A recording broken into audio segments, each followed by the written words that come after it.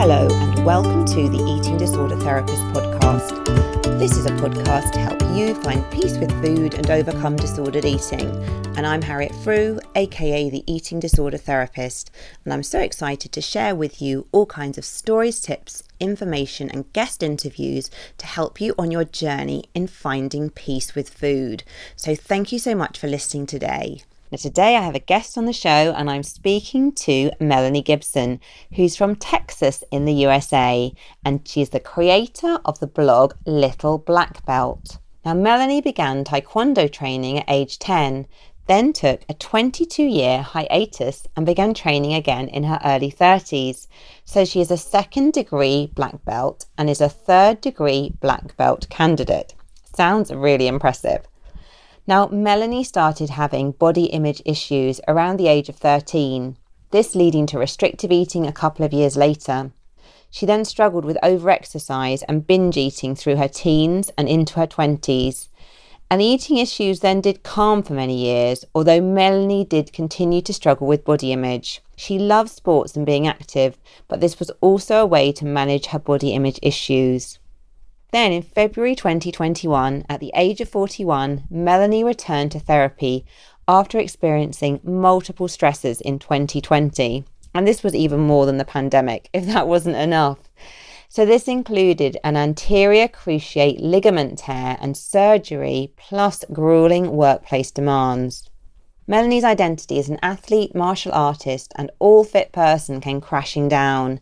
And after experiencing these stresses, Melanie found herself restricting food and obsessively weighing herself. She was then diagnosed with atypical anorexia nervosa. Thankfully, today Melanie is doing much better and she's on a journey to overcoming her eating disorder. So on the podcast today, she's going to talk about the journey of working on her mental health and eating disorder over the years through Taekwondo, therapy and other tools. Now, Melanie also has a book out, which is called Kicking and Screaming, a memoir of madness and martial arts, and it's available wherever books are sold. So do go and check that out. Let's get to the interview. Hi, Melanie, and thank you so much for coming on the podcast today. Hello, Harriet. Thanks for having me on your show. Great. So Melanie, you have a very interesting journey, I think, through your experiences in Taekwondo and also with struggles with eating disorders and mental health. I wondered, please, could you just tell us a little bit? Firstly, just introduce yourself, and then it'd be great to just hear a little bit about your story. Okay, sure. So my name is Melanie Gibson, and I live in Fort Worth, Texas in the United States. And my story that I've been sharing is that I use the Korean martial art of Taekwondo to help me overcome some pretty serious mental health struggles. I think my mental health struggles started manifesting as a child, but I didn't seek help until my early 30s. So I ended up with a diagnosis of depression, anxiety, bipolar disorder, and I've had eating disorder issues all along, but as you know, that can come with a lot of denial. So I actually did not get diagnosed with an eating disorder until recently this year at age 42. Sure. Okay. So really interesting, because it sounds like obviously like you've struggled with eating issues for a long time. What were the kind of barriers maybe to you getting help and support like earlier on? I think denial was a big part of it. Part of my issues were perfectionism, is that I use perfectionism to hide my problems from friends, coworkers, even my family, because I thought that's what I needed to do to survive. And as you know, eating disorders can thrive off perfectionism. And frankly, I didn't want to get help because my eating disorder was keeping me at a size that I thought was where I needed to be, I thought was acceptable. So for the longest time, I didn't want to seek treatment for it. And I didn't realize how damaging it was to me mentally and physically. Sure. And I think you're not alone with that, because I think for many people, they often don't even recognize their symptoms as an eating disorder or disordered eating, because sadly our kind of culture has sort of normalized that so much.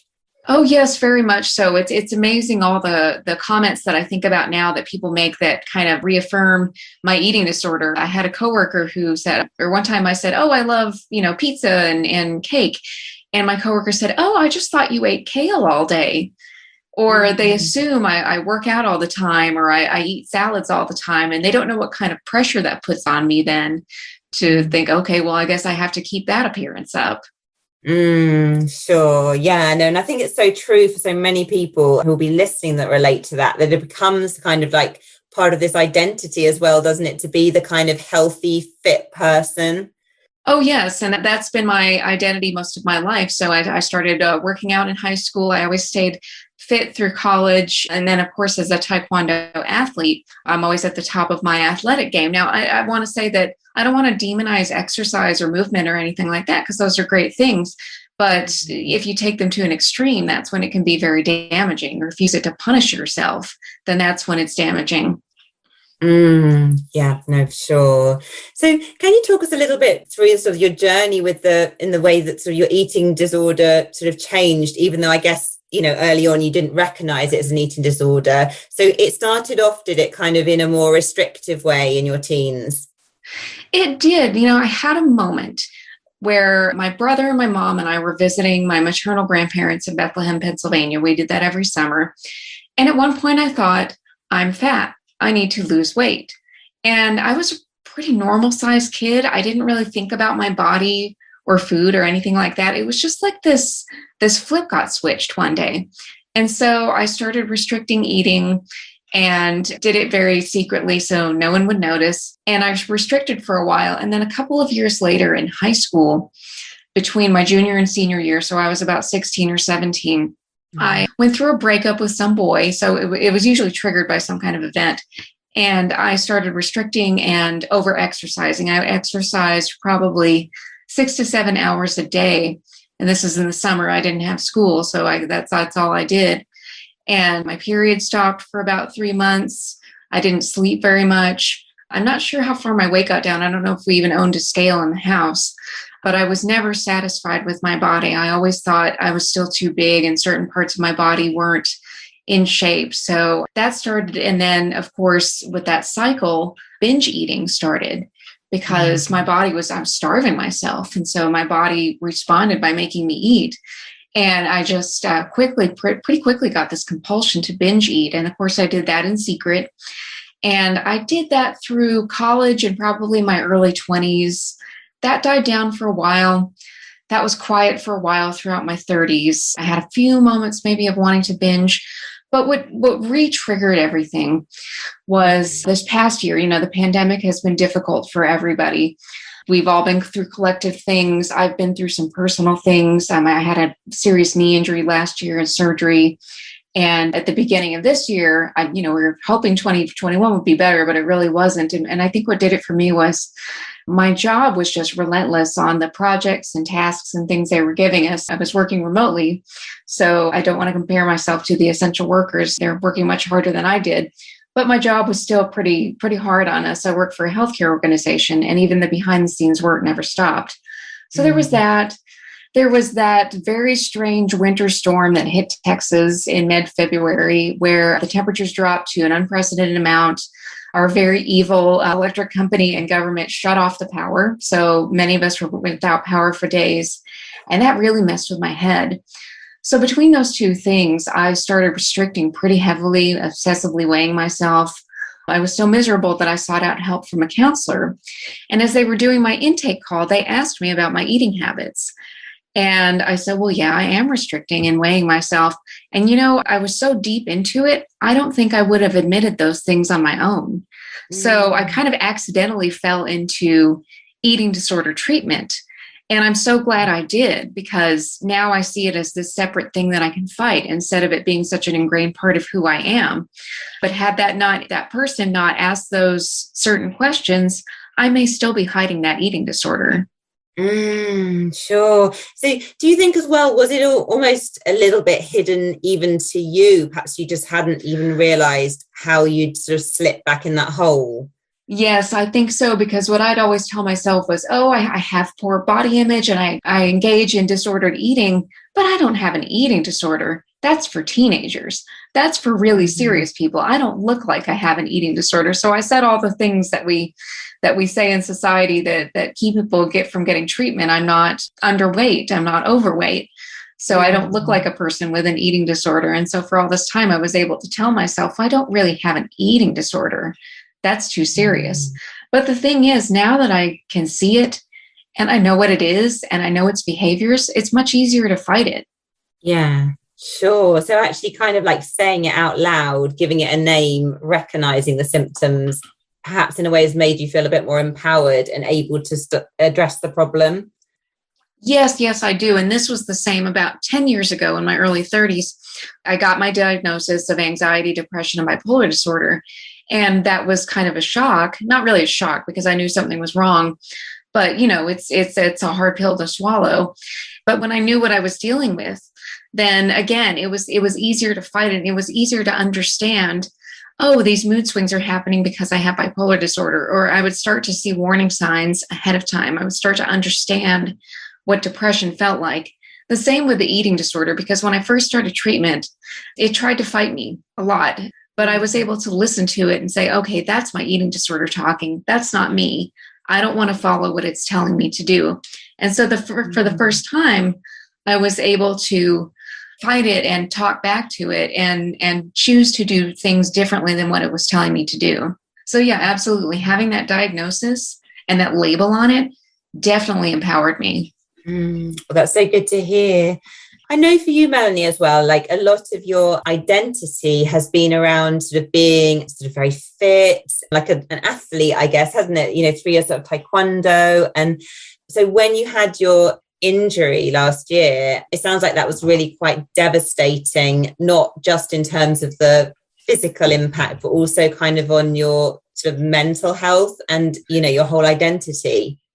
Yeah, it's a world changer. And I thought the irony that I'm promoting a book that I wrote about how Taekwondo helped me deal with my mental health problems. And here I am, not even able to practice it. Yeah, so what happened was I was in Taekwondo class and I was doing some kicks on a bag, nothing big. And I think my knee had just worn down over time. And I did the smallest jump. It wasn't even a good one. And I felt like a balloon popped in my leg. It's an ACL tear, really, really hurts. It happens very fast. So luckily the pain doesn't last too long, but I was on the ground before I even knew what happened. And so I was diagnosed with an ACL tear, and I ended up having reconstruction surgery using my quadriceps tendon. And that's a very effective surgery, but it's also requires a lot of recovery because when they take that part of your quadriceps tendon, the quadriceps completely melts. It was the weirdest sensation that I ever had. It was mush. I had no muscle left. So not only was I rehabbing my knee as a whole, I had to build up that quadriceps muscle. So yeah, I spent the first 2 weeks on the floor with my leg in a machine, moving it back and forth. So Taekwondo was the last thing from my mind. And honestly, I wasn't as sad as you think I might be for not being able to practice the sport that I love, because you're just trying to literally get one foot in front of the other. I had to be able to use it. I had to use a chair in the shower. I had to use crutches. I couldn't drive for about 2 months. So Taekwondo was the last thing for my mind. But as I went along, I definitely started to miss my sport and I lost my identity as an athlete. But throughout the journey, the thing that I appreciate about this injury and this recovery is that it forced me to make friends with my body. It's been a very humbling experience to basically lose my athlete identity for a while, lose the muscle tone, lose the shape, and to recover from an eating disorder at the same time has, like I said, it's forced me to treat my body with respect, which I never did before. So I'm rebuilding the muscle, and then physically I'm learning how to refeed myself. Mentally, I'm overcoming these dangerous behaviors that are hurting my body. So these two recoveries have really worked well together. Yeah, no, goodness. So it sounds like, you never would have wished this horrible injury on yourself, would you? But it sounds like there's been a real silver lining of it suddenly kind of bringing issues to the forefront and enabling you to perhaps work on them for the first time.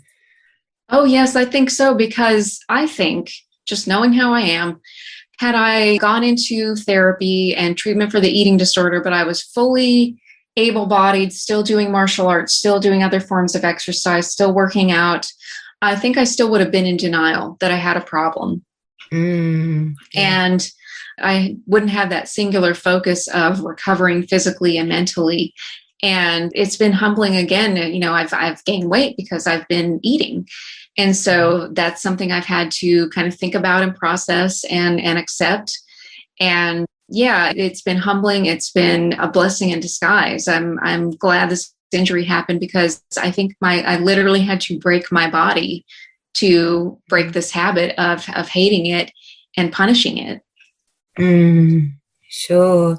So can you tell us a bit more about the treatment sort of approach that you've been having, since you've been in therapy? Yeah, I have pretty intense therapy with just a regular therapist talking about overall issues that I have, and then meeting with a nutrition counselor. And I've been doing that weekly since probably March. I like talk therapy. I did therapy several years ago when I first got diagnosed with my mental illnesses, and I find that very helpful. I also did, and this was just an experiment that they did, a group therapy session with a nutrition counselor, and it was all virtual. And so that was pretty cool. Another woman and I met with a counselor every Tuesday for about 8 weeks, talking about values, different types of therapy. I can't think of the topics off the top of my head, but they were very well planned out. And something interesting that we did was eat dinner together in group therapy. And I've never done group therapy, so I didn't know how that worked. And I found that interesting too, is to get to share meals with people, which haven't really gotten to do with the pandemic. So that was helpful too, just to treat a meal like a celebration and sharing with other people. Sure. So it sounds like, kind of like a helpful mix of different things have been really valuable in this whole process. Yes. And I will say, just for me personally, eating normally, eating a variety of foods was the easiest thing to do. I stopped weighing myself and I just started eating. I almost went cold turkey, did it overnight, thought, okay, I'm going to try this, eating regular meals, breakfast, lunch, and dinner, eating a variety, not restricting. And it affected my mood so positively that I don't want to go back, even though my body shape has changed and I know what I could do to make it change again. I don't want to because it feels so good. I mean, who would think eating a variety of foods would affect your brain chemistry? Gee, duh, of course it does.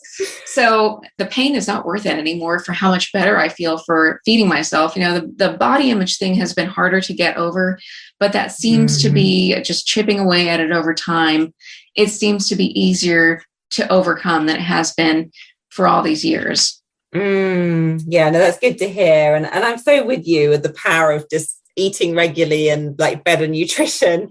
Because I think, I know myself when I was restricting, I just felt so like low on energy, miserable, anxious. And actually, just eating a bit more, gosh, in a way, the relief and just so wonderful just to have more energy and to think clearly and all those things. Yeah, it is. Restriction is not worth it. It is not worth it because I feel so much better. Yeah, that's great to hear. So can you tell us as well, Melanie, more about your kind of journey with Taekwondo and the impact on your mental health? Yes, of course. So Taekwondo is a Korean martial art. So it's similar to karate, which is Japanese. It has strikes, kicks, punches, throws, things like that. It's a very popular martial art. I had done it for a little while as a child out in my rural West Texas town of Snyder, so a little town out in the middle of nowhere. And when I was about 10, I told my parents I wanted to learn karate. I have no idea why. I don't remember. I just wanted to learn karate. And so there was not a karate school, but there was a Taekwondo school that was run by a very nice married couple. And like small town activities, about half the town went there. So we had this great sense of community. And I fell in love with it. I loved the discipline. I loved the movement. At the time, I didn't understand this, but I loved the mind-body connection that you have with probably most martial arts. And so we did that for a few years. And then we just got busy with other things and we stopped doing it. And so I never really thought I would go back to it. I just thought, oh, that was an activity I did as a kid. It was fun, but I'm not interested anymore. And it was in the back of my mind. And then around my early 30s, I'd been about 2 years into treatment for my mental illnesses. I was doing okay, not suicidal anymore, not facing serious crisis, but I was not getting much better. I was still making bad choices with relationships.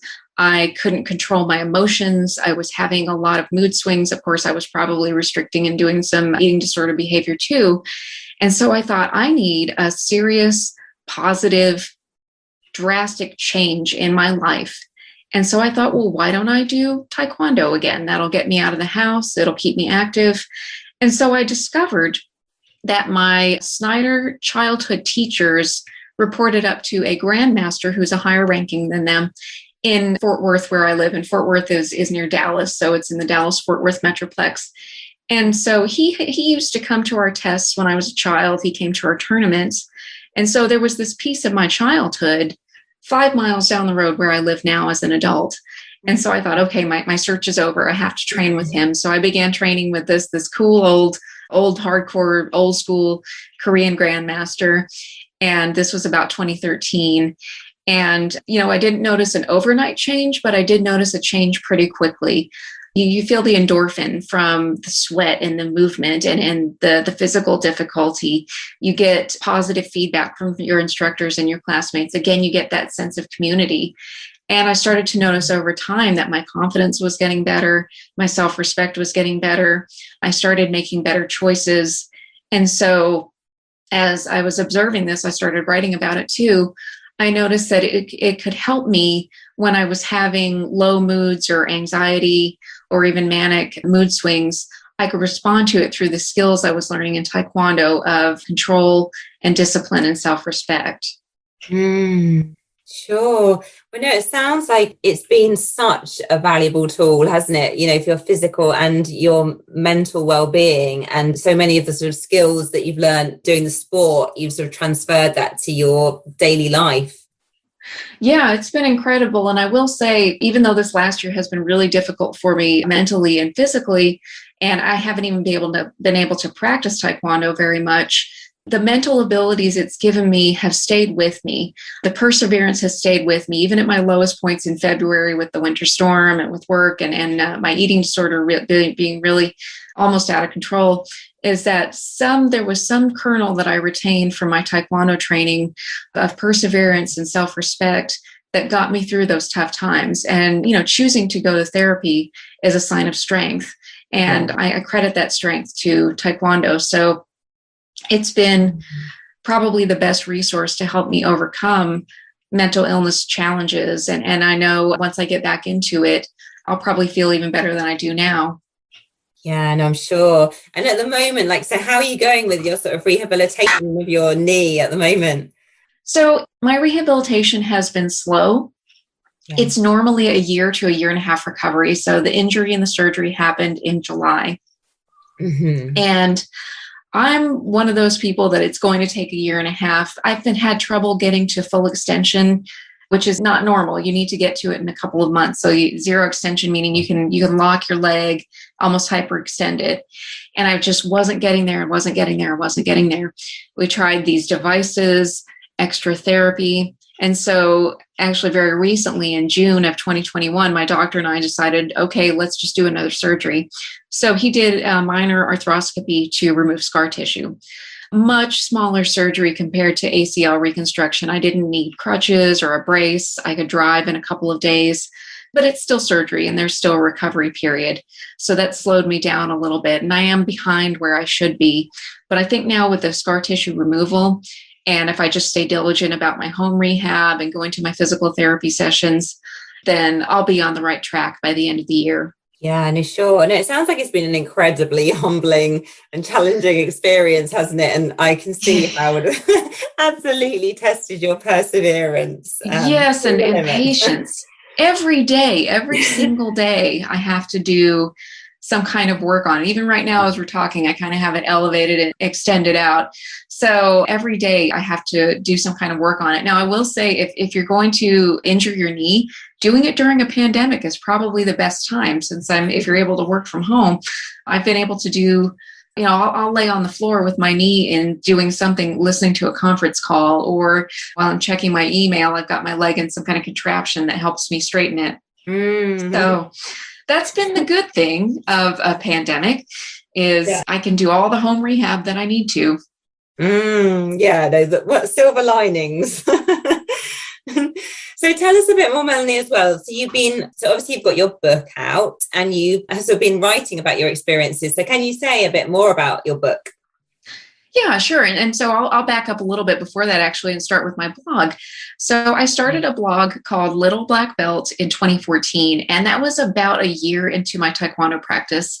And I was having so many insights and ideas and getting these life lessons from practicing a martial art that I had to get them out of my head. I had to get them down onto, I'd say onto paper, but it's really onto a computer screen. So I started writing, and then I was writing more and more and more. And it just kind of came to me organically. And I thought, I could probably write a book from this. And mental health is not an uncommon thing to see in memoir, but you don't see a lot of mental health memoirs about people who are just kind of sliding by in life. They're hiding under the radar. I've never been in a mental hospital. I've never attempted suicide. I've always gone to work, paid the bills. And so, it's very common. I know in the United States, about 1 in 5 people has some kind of mental health issue. And I think it's about the same in the UK. So I wanted to write a book for those people who are hiding in plain sight and suffering in silence. And then also, you don't hear about a lot of women in martial arts. So I thought that would be an interesting story. So I wrote my book, Kicking and Screaming, a Memoir of Madness and Martial Arts, a few years ago, and I've worked on the publishing process since then, and it's since been released. And it tells those two stories of my mental health journey and my journey from white belt to black belt and the growth in both areas along the way. Sure. No, wonderful. Well, I'm sure a lot of people will be really interested to read this memoir, actually, from the Taekwondo perspective, from the mental health perspective as well. So yeah, no, well done you, I think, for getting, around to writing a book. Because I think it's one of those things that many people kind of think it would be a great idea, but it's another thing actually to get it out into the world, isn't it? And kind of birth this book. Yeah, it is. And I will say, for anybody who's interested in writing a memoir, I highly recommend taking a class, learning how to do it. I was fortunate enough to find a great class online called Write Your Memoir in 6 Months. And I learned all kinds of writing techniques that helped me craft what had started as diary entries and blog posts into an actual book, because a memoir needs to tell a story just as well as a fiction novel. It needs to be engaging. It needs to have good scenes and dialogue, and needs to show the arc of the character in this case being me. And no matter what the topic is, that's what I love about memoir, is that if you can tell it in an interesting way, I'll read a memoir about anything. My favorite memoir is about a team climbing Mount Everest. I have no interest in mountain climbing. Heck no, I don't want to do any of that. But the book is so engaging that I love reading it over and over again. So that's what I love about memoir. And so if somebody wants to write a memoir, is start learning about the craft of it, find a way to organize all of your thoughts, and just go from there. Read the memoirs that you love and learn from them. That's another great way to learn how to write a book, is to read voraciously and take whatever you can from the books that you like. Figure out why you like them and what it says to you as a reader, and see if you can replicate that. No, well, thank you for those valuable tips, because I'm sure there will be people listening that will have had that thought about writing a book, but maybe never got round to it. So Melanie, as well, in terms of you've said the body image part has been the kind of hardest, the sort of last bit of the puzzle really, or the kind of most challenging part in comparison to the eating more. So can you just say a bit what do you do on a daily basis just to really help yourself feel better about your body image? Yeah, that has been really challenging. And I think that's what started when I was 13 years old. I'm 42 now. So almost 30 years of having poor body image. So that's a habit that's not going to be broken overnight. So I did a lot of talk with my nutritionist and my therapist about it, about the habit of weighing myself, of body checking, of, looking in the mirror to kind of look at the parts that I don't like. And over time, I don't know if there's one tip or trick that's really worked, but reminding myself that, one, I didn't love myself in a smaller body than what I am now. So if I'm missing some ideal version of myself, that's a reality check pretty quickly as well. I didn't love myself when I was, X number of pounds or a different size. So that's a reminder that, you need to accept yourself now. And then also just reminding myself that the pain is not worth it. Kind of like the pain of restricting is not worth it. I feel so much better now that I'm eating normally.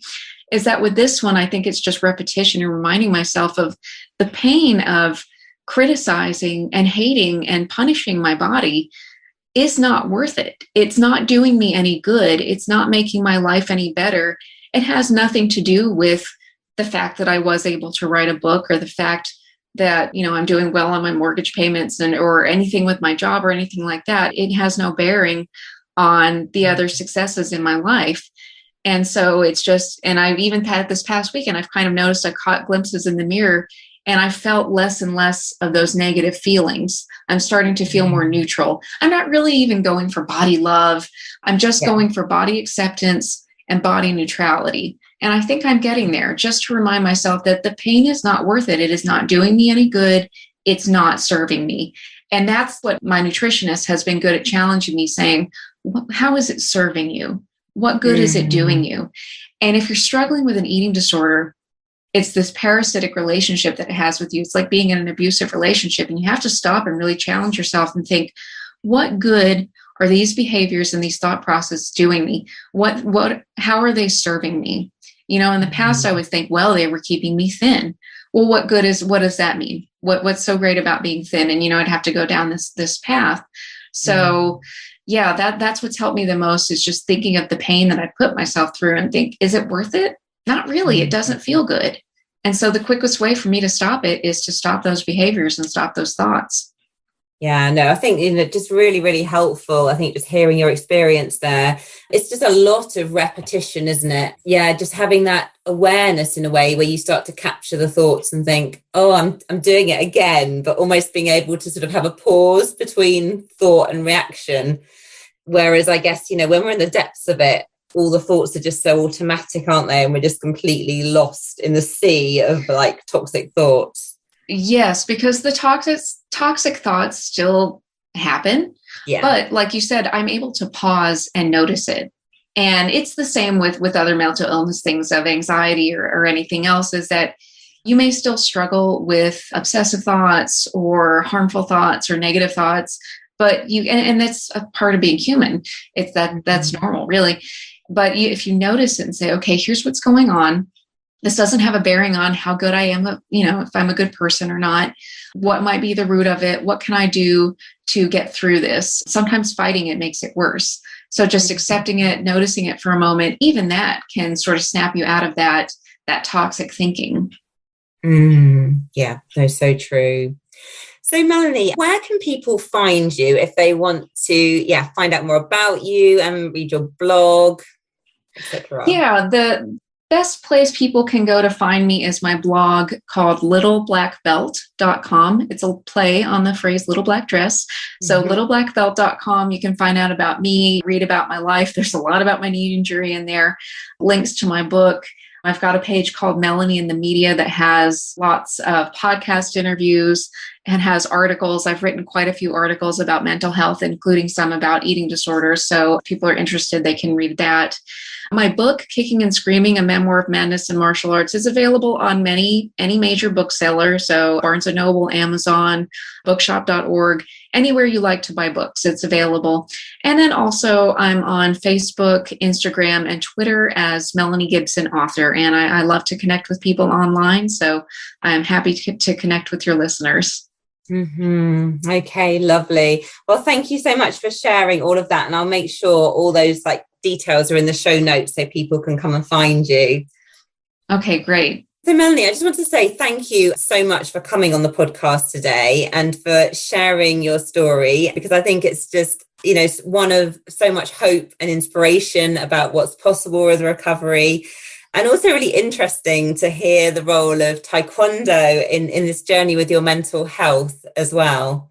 Yeah, thank you. It's been a pleasure being on your show. So I hope you enjoyed this conversation just as much as I did, and do go and check out all of Melanie's info in the show notes.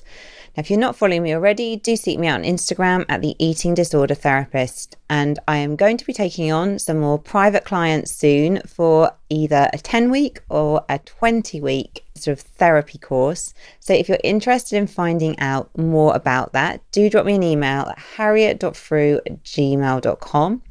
I would be so grateful if you enjoy this podcast. Please follow, rate and review, as it helps it reach so many more listeners. And if you want to support the podcast, do sign up to my Patreon. Details are in the show notes. Thank you so much for listening today, and I look forward to sharing another podcast episode with you very soon.